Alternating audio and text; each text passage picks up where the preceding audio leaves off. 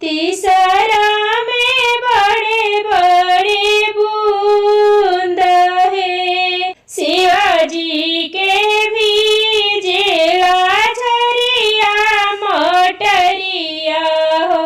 Gaura